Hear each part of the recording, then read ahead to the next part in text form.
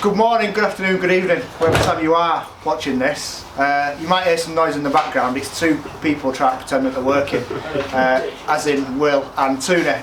Today I have got Mr. Keith Miller from Classic Mini Workshop. Hey Mini enthusiasts, how are you doing? There you go. Right, so first question, it's going to be a bit of a theme. What made you start a YouTube channel? Good question that.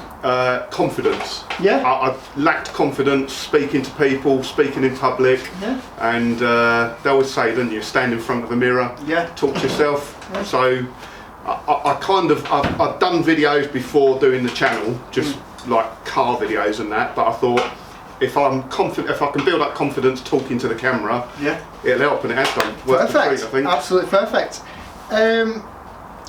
Dream 3-car garage. Oh. No money, no object. Money, no object, 3-car garage. Well, it's got to be a Mini, hasn't it? Has to be. And I think... Is it a particular Mini? Yeah, I really, really like... If I could have a brand new PL, so like delivery miles on it, I think it would either be that or a BAC N30. Okay. So, Mini, TVR Sagaris. Yeah. Last of the TVRs, proper TVRs, mental car, and then do you know what? I don't know. I'm hankering after a motorbike at the moment. Oh yeah? Yeah. Really? I've never had a motorbike before. Apparently it's a bad idea, is it? Tuning in the background saying no. There is.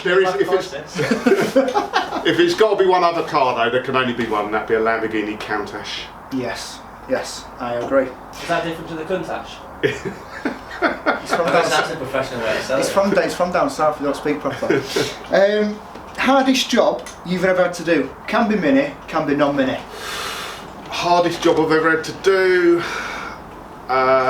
clutch on a Nissan Sunny GTIR. Yeah? Oh, is that the four-wheel drive thing? Yes, yeah. Really, really horrible job. Yeah. I can't remember what the book time for it was. It was something like 12, 13 hours or something like that, but horrible. No. Horrible. No. I was an apprentice at the time as well, so it didn't help. Another question, why Minis? I guess, so I took my test in a Mini, right. And it kind of started from then, I guess. I'd always been interested in Minis. I actually done my first driving test in a Peugeot 405 diesel. I failed, and I was so peed off that I failed, I thought, right, I'm going to take another test like tomorrow. Right. And my current driving instructor said, no, I haven't got any slots, and I just picked up the Yellow Pages it was. I didn't have the internet in the old days. Just flicked through the Yellow Pages, I found whatever driving school it was, phoned him up and said, can you do me a test tomorrow? He said, yeah, and he turned up in a H-Reg RSP British Racing Green Mini Cooper. And just with hindsight, what a cool car to do your test in. Yeah, exactly, yeah. So that's the reason. That was it, and Fair the first enough. car I bought was a Mini as well. So. Now I know you're a technical man, so looking towards the future, how close do you think we are to having electric cars everywhere?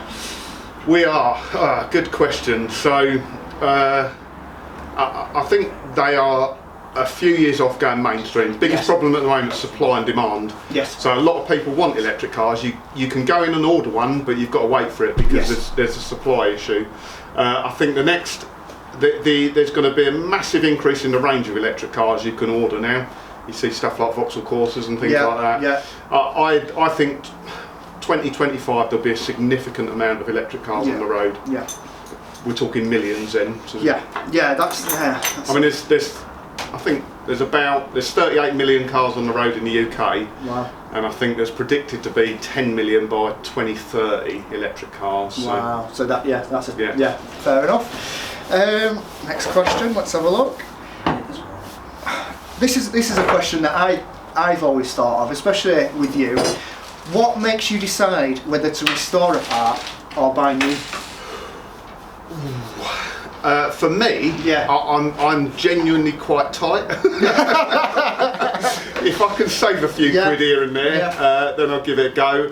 I also find, I mean, I don't know what it is, over the years, Mini parts just seem to get worse and worse. So you order something up, it might be a engine mounting bracket, a breather or something like that, but they just don't fit. No. You get a new one, doesn't fit for some reason, something's not quite right with it. So I always favour, if the old part can be restored, painted up, cleaned, Yeah. and made as good as new. I prefer to keep the old parts. Perfect. In the long run, it costs you more time, Yeah. but probably saves you a few quid here and there. I agree. Next question. What advice would you give to someone either starting out YouTube or a small channel like me? What? Oh, so I think regular content. Yeah. I think for me, that's what I've found really works. There's no point putting up a video, then not doing one for a couple of months or a few weeks. Just set yourself a target, whether it's a video once a month, video once a week, video twice a week, and try and stick to that. Yeah. Obviously try and keep the content interesting. Yeah.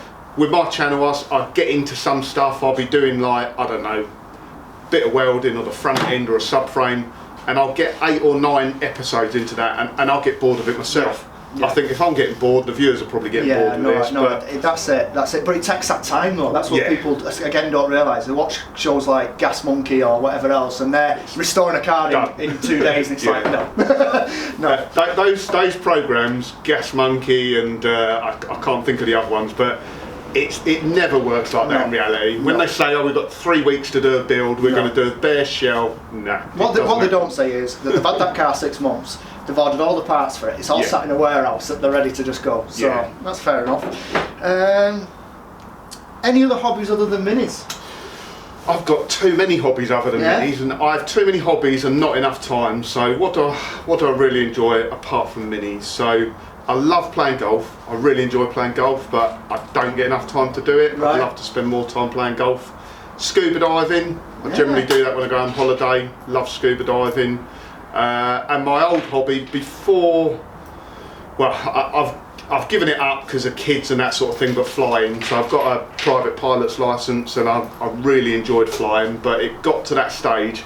Great thing with minis is you spend some money on them, and it's a reasonably good investment. Yeah. If you put a couple of grand into a mini, you're not going to get a couple of grand back, but at least you're adding to the value of the car. You've had enjoyment out of it as well, and that's one thing I think people have got to take into account sometimes, especially when you go, oh well, you lost 100 quid. Yeah, but 100 quid over 3 years. It's good value. Exactly, you couldn't put it in the bank and say that. So the flying bit was literally just like burning £20 notes. It's great fun, but it does eat up money. What other YouTube channels do you enjoy watching? It can be, it don't have to be mini. It don't have to be the guys that we know or anything. But I've got a few which I really enjoy. So I really like the car ones. So you know, the mighty car mods. Love mighty car mods. Brilliant, isn't it? Just trying to think. I watch a guy called AVE who does electronics and strip downs of parts. He's a very funny guy actually. Just trying to think off the top of my head what I like watching. Do you watch Bees for Build? No, I don't. Do you not? No. Aaron Unknown. Aaron Unknown, he's fantastic. He's put the video up last night, and it was the first time he'd sort of shown his face on camera. Yeah. Had a completely different thought of what he looked like. But I did. I love that channel though, because everything is done to such a high standard, and you appreciate it. And extremely clever guy as well. Yeah, he's very clever. Last question, again, which is going to be a theme throughout all of these, is what have you knocked that camera yet? Is it still recording? It's still recording. Yeah. It's recording you though. Is it just been recording me?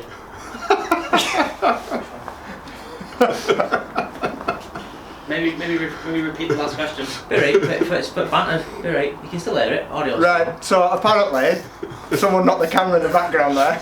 You also just got knocked. So last question, which is going to be a theme, what can we expect in 2020 on your channel? 2020? Well, we're already quite a bit of the way into it. Going at March. So let me think. So Sprout will get finished. I've probably got. So Sprout's going to be doing the IMM, so I've got to get my finger out and get that done. There's probably a couple of months more on Sprout at the most, and that'll be a finished car then. Once Sprout is done, PO is sitting in the corner at the moment with a blown water pump and a suspect head gasket. So I need to do the head gasket again on Sprout. Water pump, I think I'm going to run it on Evans coolant, a little bit controversial, but I'm going to give it a go. Will's giving me a... It's a brand new block. The head is original, but it's been skimmed and pressure tested. I've already done the head gasket on it once, but it just pressurises up quite a bit, and I'm not quite sure what the issue is on it. But then Sprout gets quite pressurised as well, so Yeah. I don't know. But so does that. Don't know what I'm going to do on Vinny. Maybe next year, if I keep Vinny, I've been wanting to strip it down to nothing and bare shell respray it, so that's possible.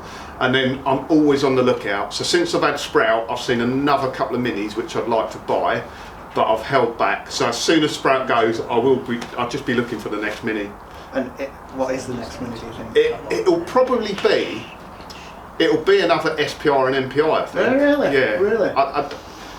I just find I quite enjoy working on them. People hate them because of the electronics, but I kind of get it. I enjoy them. I think they run beautifully when you get them set up right, and they tend to be a little bit cheaper as well because people are worried about the problems with them. So. The thing is that I've always said about tunes, because this one is this a SPI? That's an SPI. The SPI, yeah. It's getting turnkey. Yeah. You don't have to. No you're not having to choke. You're not having to worry about this. You're not having to worry about. It's still got its mini problems, but you know, because this one's scrap now, isn't it? I think. Is that right too? Next in firing line. That so you know, in the departure lounge. Yeah, it's turnkey performance, and you turn it on, and that's it. So I think that's it. I think that's a wrap. I don't know how much you saw of that because I think Mr. Murphy there knocked the camera.